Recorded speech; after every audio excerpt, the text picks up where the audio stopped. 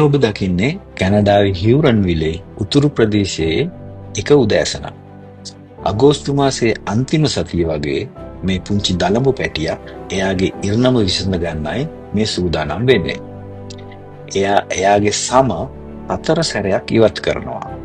5 වන වතාවේ දලඹු අතුරුදහන් වෙලා එයා කෝෂයක් ඇතුළට ගමන් කරනවා. මේ කෝෂය තුල තමයි සත්ව ලෝකයේ තවත් එක් ආශ්චර්යමත් සිද්ධියක් සිද්ධ වෙන්නේ. දලඹුවෙක් විදියට කෝෂය ඇතුළට ගියපු එයා ලස්සන සිනිඳු පියාපත් 4ක් ඇති මොනාක් සමනලෙක් වෙලා තමයි එළියට එන්නේ.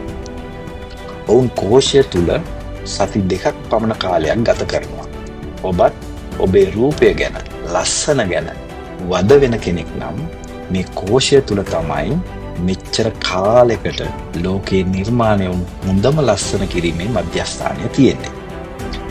මේ දැන් එළිය දුටු මේ මොනාක් සමනලයා තවත් ටික වේලාවක් ඒ විදියටම වැතිරිලා ඉන්නවා. එයාගේ තටු ශක්තිමත් වෙනකම්. ඔන්න දැන් එයා ලෝකය දකින්න නිදහසේ අහසට පාවෙලා යන සූදානම්. සෑම වසරකට මේ කාලය තුල මිලියන 100ක් පමණ මොනාක් සමනලයින් කැනඩාවේ සහ ඊසාන දිග ඇමරිකාවේ උපත ලබනවා. ඔබ වීරචාරිකාවලට කැමති කෙනෙක් නම් මේ මොනාක් සමනලෙනුත් පුංචි වීරයන් කොටසක් තමයි. ඒයි දන්නවද? ලෝකයේ බොහෝ තැන්වල මොනාක් සමනලයින් පැතිරිලා හිටියත් කැනඩාව සහ ඊසාන දිග ඇමරිකාවේ උපදින මොනාක් සමනලයින් අතිසුවිශේෂී. මේ තමයි මොනාක් සමනලයින්ගේ 4 වන පරම්පරාව. ඔවුන් ශක්තිමත් සහ අනෙක් මොනාක් සමනලයින්ට වඩා ශරීර ප්‍රමාණයෙන් විශාලයි. ඔවුන්ට මාස 9ක් පමණ ආයු කාලයක් තියෙනවා. කැනඩාවේ සහ ඊසාන දිග ඇමරිකාවෙන් තමන්ගේ වීරචාරිකාව ආරම්භන ඔවුන් දිනකට සැතපුම් 50ක් විතර දුර ගෙවාගෙන පියඹා යනවා. මේ වීරචාරිකාව හරියට මැරතන් පියාසැරියක් වගේ. දැඩි සීත සහ උෂ්ණ කාල ගුණය ඔවුන්ගේ පියෑඹීමට බාධා කරන අතර ඉර අවරට යෑමත් සමග විවේකය සඳහා සහ මල් පැණි සහ ආහාර ලබා ගැනීම සඳහාත් ඔවුන් පහළට ගමන් කරනවා. එහිදී ඔවුන්ට හමු වෙන සතුරන් බොහෝමයි. කාලගුණයත් ඔවුන්ගේ කතුරේ.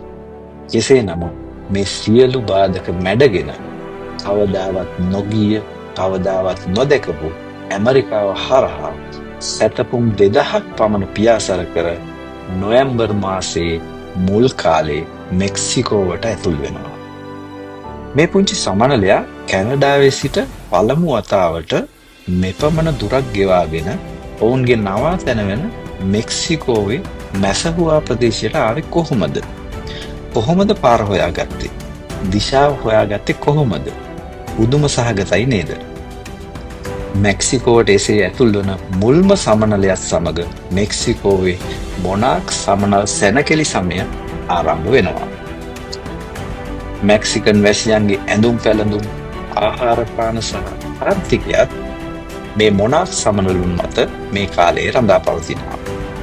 මෙක්සිකන් ජනතාවගේ විශ්වාසයක් තියෙනවා නොවැම්බර් මාසයේ එසේ තමන්ව බලන්න පැමිණෙන්නේ ඔවුන්ගේ මියගිය ආදරණීයන්ගේ ආත්මයන් කියලා.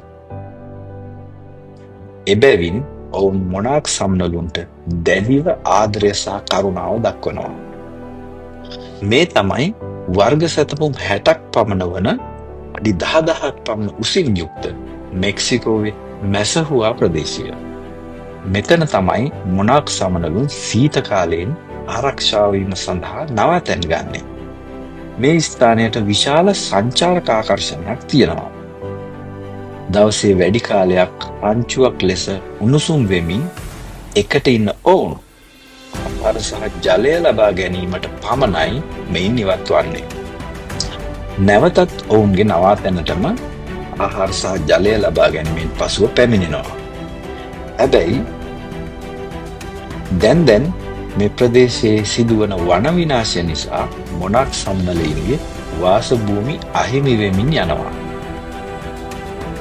කෙසේ වෙතත් නොවැම්බර් මාසයේ මෙක්සිකෝවට පැමිණි ඔවුන් මාස 5ක පමණ කාලයක් නවාතැන්ගෙන සීත ඍතුවේ අවසානයත් සමග මාර්තු මාසයේ නැවත තම නිජ භූමිය කරා පියාසැරිය ආරම්භ කරනවා. නැවත කැනඩාවට ගමන් ආරම්භ කරන ඔවුන් පළමුව ඇමරිකාවේ ටෙක්සාස් ප්‍රාන්තයට ඇතුල් වෙනවා. මෙහිදී සංසර්ගයේ යෙදීම සහ බිත්තර දැමීම ආරම්භ කිරීමත් සමග සුපිරි මොනාක් සමනලුන්ගේ 4වන පරම්පරාව තමන්ගේ මැරතන් පියාසැරිය අවසන් කර මිය යනවා. මේ බිත්තර වලින් උපදින පළමු පරම්පරාවේ අලුත් මොනාක් සමනලයින් කැනඩාව දෙසට ගමන් ආරම්භ කරනවා. මේ ගමන අතරතුර නැවතත් සංසර්ගය සහ බිත්තර දැමීම නිසා ඔවුන් මිය යනවා. මේ විදියට පරම්පරා 3කට පස්සේ ඔවුන් ඊශාන දිග ඇමරිකාවට සහ කැනඩාවට ඇතුල් වෙනවා. මෙන්න මේ විදියට පරම්පරා 3කට පසුව තමන්ගේ නිජ භූමියට පැමිණි මොනාක් සමනලුන් අපි වීඩියෝ එකේ මුලින්ම දැකපු 4වන සුපිරි මොනාක් සමනල පරම්පරාව බිහි කරනවා. ඔවුන් නැවත ඔවුන්ගේ වීරචාරිකාවට සූදානම්. කැනඩාවේ සහ ඊශාන දිග ඇමරිකාවේ සිට මෙක්සිකෝවට යන චාරිකාව මැරතන් පියාසැරියක් ලෙසත් මෙක්සිකෝවේ සිට පරම්පරා 3ක් බිහි කරමින් නැවත තමන්ගේ නිජ භූමියට එන පියාසැරිය රිලේ පියාසැරියක් ලෙසත් පිට අඳුනා ගන්න පුළුවන්. එහෙමනම් මොනාක් සමනලුන්ගේ ජීවිත කතාව මේ විදියට නිමා වෙනවා. ශ්‍රී ලංකාවේ ඔබත් ඔබේ ගෙවත්ත උඩින් සිරිපා කන්ද වඳින්න යන සමනල් රංචු දැක ඇති. සමනලයින් සඳහාම විශේෂ වූ තැනක් නිසා තමයි එයට සමනල කන්ද කියන්නේ. ඉතින් දැන් ඔබ දන්නවනේ මොනාක් සමනලින් සැතපුම් 2000ක් විතර ගෙවාගෙන මෙක්සිකෝවට ගියත් පරම්පරා 3ක් ගිහිල්ලා නැවත නිජ භූමියට එන්න කොච්චර කැමතිද කියලා. ඔයත් නොයෙකුත් ප්‍රශ්න හමුවේ. ඔයාගේ නිජ භූමිය අතහැර විදේශගතව පදිංචි වෙලා ඉන්න කෙනෙක් නම්, රැකියාව සඳහා ගියපු කෙනෙක් නම්, ඉඩක් ලැබෙන ඕනෑම මොහොතක තමන්ගේ ඉපදුණු රටට, ගමට, මුලින්ම ඉපදුණු නිවසට යන්න කොච්චර ආසද? සමා වෙන්න ටිකක් ඉමෝෂනල් වුණාට මොනාක් සමනලින්ට වගේම තමන්ගේ නිජ භූමියට නැවත පැමිණෙන්න ඔබටත් වාසනාව ලැබේවයි කියලා ප්‍රාර්ථනා කරන ගමන් මම නවතින්නම්. ඔබට සුබ දවසක්.